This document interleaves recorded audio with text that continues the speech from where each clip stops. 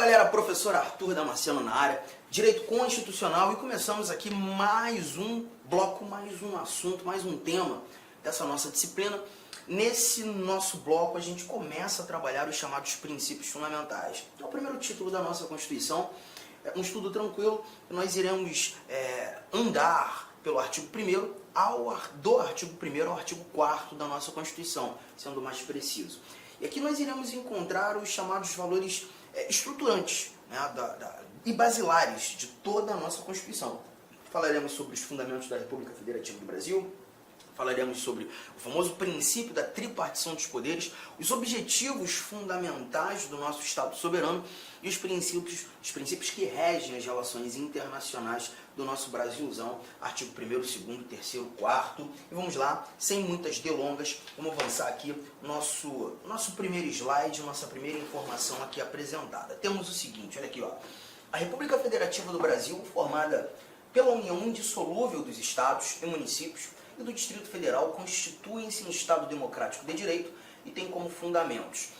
Bom, desse nosso primeiro bate-papo, dessa nossa primeira análise, o primeiro valor que nós levantamos, nós já encontramos aqui algumas regrinhas muito interessantes sobre a nossa forma de Estado. O Brasil sendo uma federação, né? E quando a gente fala do Brasil sendo federação, nós estamos olhando para um país cuja a gestão não é única ou una. Nós não temos uma gestão singular, nós não temos apenas uma administração. Na realidade, nós temos um país composto de várias gestões, várias administrações. Temos uma gestão nacional, no nosso governo federal, gestões regionais, e aí nós encontramos os 26 estados mais o Distrito Federal, e também temos gestões localizadas, que tratam daqueles assuntos de interesse local, que são os nossos municípios. Hoje, 5.568 municípios no Brasil, muita coisa, né? É justamente por isso que nós temos o Brasil como um estado composto. E em algumas provas você vai perceber que quando a gente tem essa recomendação de ser o Brasil em sua forma de estado, uma federação, em alguns momentos os examinadores costumam apontar a federação como estado composto.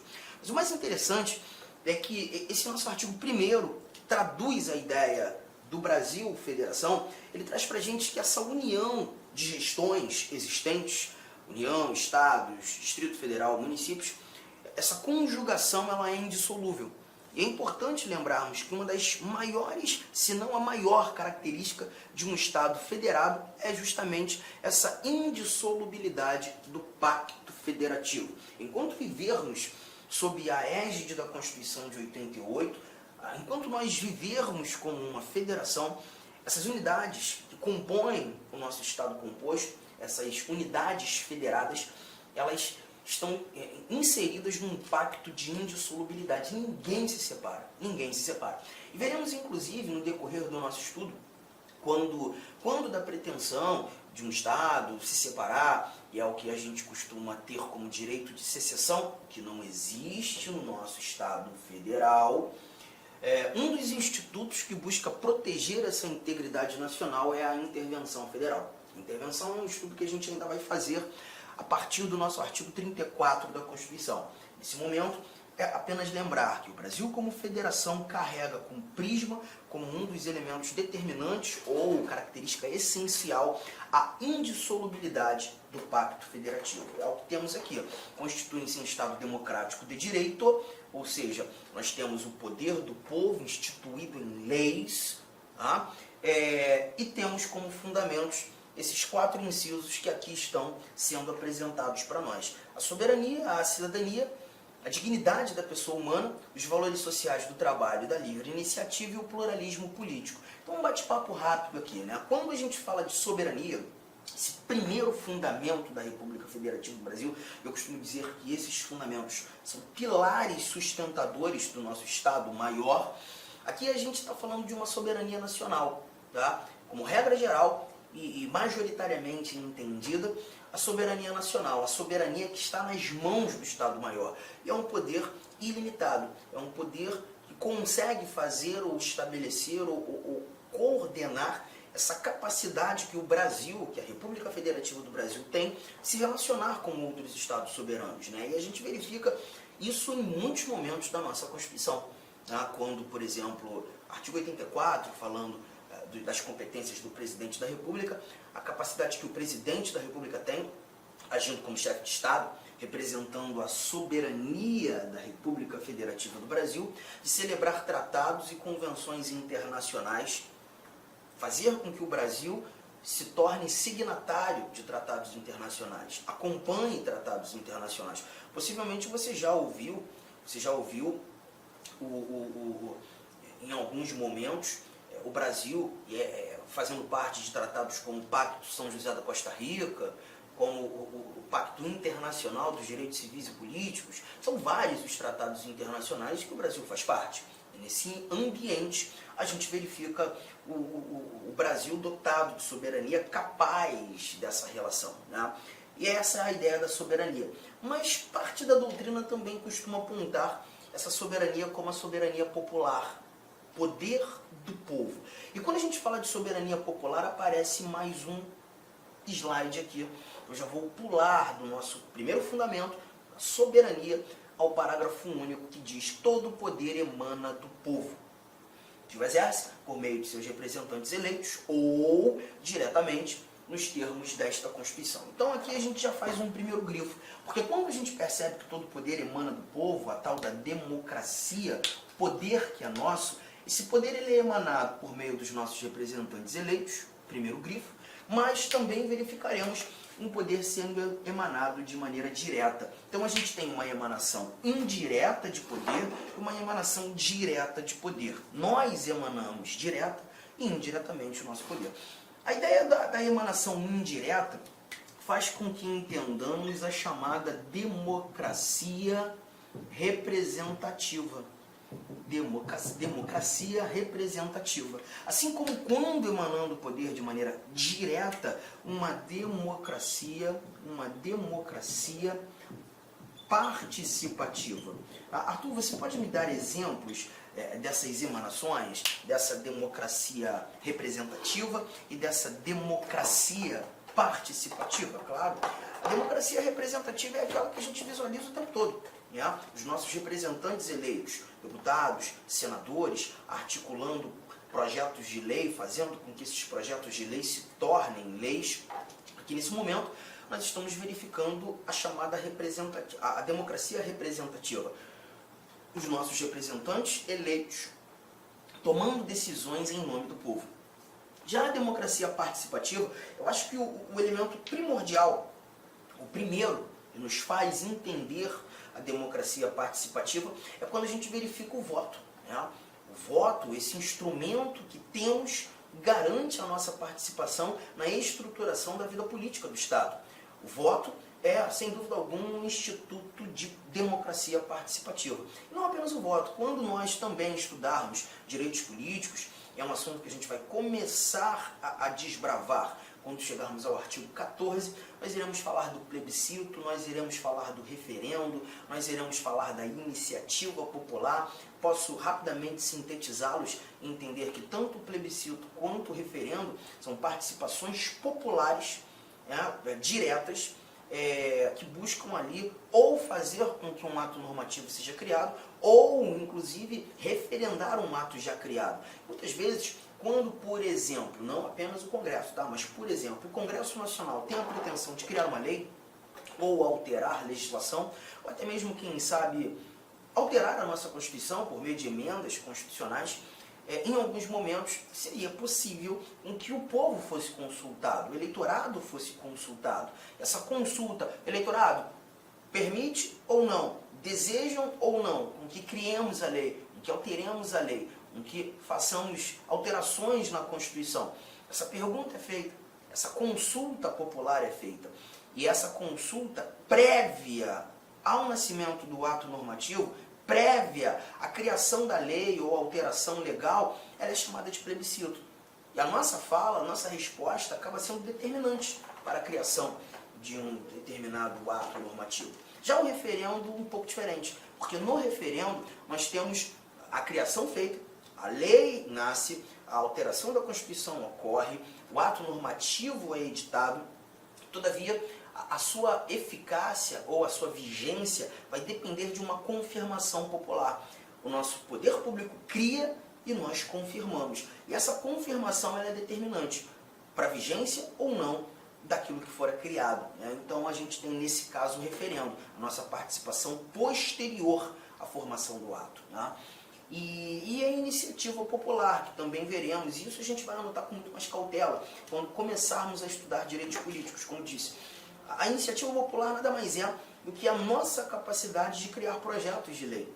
Criamos projetos de lei e apresentamos esses projetos de lei ao Poder Legislativo, em busca de fazê-lo se tornar uma lei. E aí a gente está falando da iniciativa popular. Emanação direta de poder. Mas quando a gente visualize o que é mais importante aqui, já que estamos tratando de princípios fundamentais, que é um tópico bem abrangente, bem amplo, né? A gente não especifica ainda as informações. Quando da conjugação dessas duas facetas da democracia, a democracia representativa, a democracia participativa, chegamos a classificação de uma democracia semi-direta. Então toma cuidado, que a democracia brasileira ela não é tão somente direta, ela não é tão somente indireta, ela deve ser chamada de democracia semi-direta.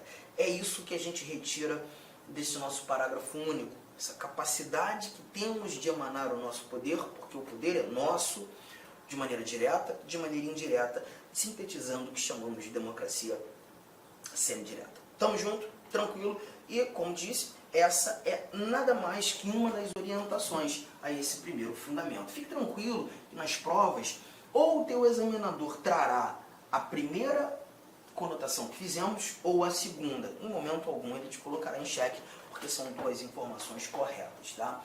Cidadania. Cidadania se confunde também com o que a gente chama de nacionalidade. E é importante você dominar essas diferenças, né? Porque quando a gente fala de nacionalidade, não está aqui, a nacionalidade é justamente o vínculo jurídico-político que liga você ao Estado soberano.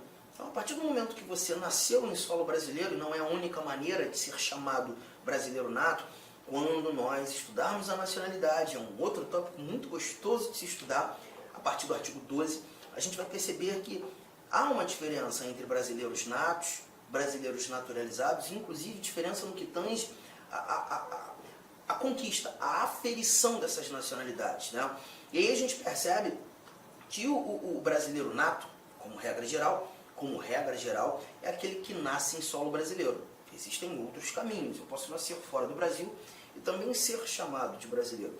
E a partir do nascimento em solo, que é o exemplo que eu separei, você conquista esse vínculo de nacionalidade. Tá? Então a nacionalidade nada mais é do que esse vínculo que liga você ao Brasil, que liga o indivíduo ao Estado soberano, obviamente atendendo critérios. Mas eu não posso dizer que todo brasileiro, todo nacional, todo indivíduo que carrega a nacionalidade brasileira já é de imediato cidadão. E isso muitas vezes a própria mídia nos atrapalha, né? Televisão, rádio, jornal, quando a gente encontra aquela informação que um determinado indivíduo tem dupla nacionalidade. Gente, muito cuidado. Provavelmente não foi isso que aquele indivíduo, aquele repórter quis dizer. Ele quis dizer que o indivíduo tem dupla nacionalidade. Ele tem a nacionalidade brasileira e a nacionalidade mexicana. Ele tem a nacionalidade brasileira e a nacionalidade argentina. Ele tem a nacionalidade brasileira e a nacionalidade italiana. Mas a cidadania, ela se difere da nacionalidade, porque aqui a gente está falando apenas do gozo dos direitos políticos. Gozo dos direitos políticos. Nada mais que isso. Então, quando a gente fala de cidadania, a gente está tratando daquele indivíduo que titularizou direitos políticos. Em outras palavras, a gente está levando em consideração apenas o poder votar e, por consequência, ser votado. Tá? Essa é a cidadania, a capacidade que eu tenho de participar da estruturação da vida política do meu Estado. Ponto final. Legal? Mais um elemento. A dignidade da pessoa humana é um princípio muito importante, né? Porque a dignidade da pessoa humana é a essência dos direitos fundamentais. Então, quando eu verifico no estudo do, por exemplo, artigo 5º da Constituição, olha como é que os princípios fundamentais eles vão te mostrando vários artigos da Constituição. Por isso chamar de princípios fundamentais. São princípios norteadores de todos os demais valores que nós estudaremos no texto constitucional. Então, quando a gente fala, olhando para o artigo 5º, onde nós encontramos os direitos e deveres individuais e coletivos, a liberdade de locomoção que temos, a liberdade de credo religioso que temos, a liberdade de expressão que temos, direito de reunião, direito de associação, direito de propriedade, direito de herança, dentre vários outros direitos, todos esses direitos têm como essência a dignidade da pessoa humana. A dignidade da pessoa humana, eu digo, é a raiz dos direitos fundamentais. Os direitos fundamentais, eles derivam desse princípio. Então, quando a gente verifica o assunto, direitos fundamentais, um assunto de absoluta importância, mas gigantesca importância, nós temos a dignidade da pessoa humana como um elemento primordial, um elemento base, o elemento prisma, o elemento alicerce, e por isso tido como um fundamento da República Federativa do Brasil. Os valores sociais do trabalho e da livre iniciativa. Aqui é interessante, porque perceba, nós temos regras que buscam abarcar ou equilibrar as relações de trabalho. Temos regras. Olá, meus amigos. Inicialmente eu peço desculpa, pois interrompi os seus estudos, mas essa videoaula do YouTube é uma videoaula demonstrativa para você conhecer os nossos professores e a qualidade dos nossos serviços prestados. Eu sou o professor Lac, especialista em concurso público, concurseiro profissional, que somente em 2022, eu já fui aprovado em 9 concursos públicos. É isso mesmo, estou aqui para te ajudar. Olha, se você fizer um investimento mínimo, 10 parcelinhas de R$30, exatamente isso, só isso, você vai ter acesso ao nosso curso completaço focado para o concurso da nossa gloriosa Polícia Militar do Estado de São Paulo. E eu tenho certeza absoluta que este curso você vai conseguir adquirir o conhecimento necessário para fazer uma excelente prova. Então espero vocês aqui na Lá Concursos. Fique com Deus, um forte abraço. Tchau, tchau.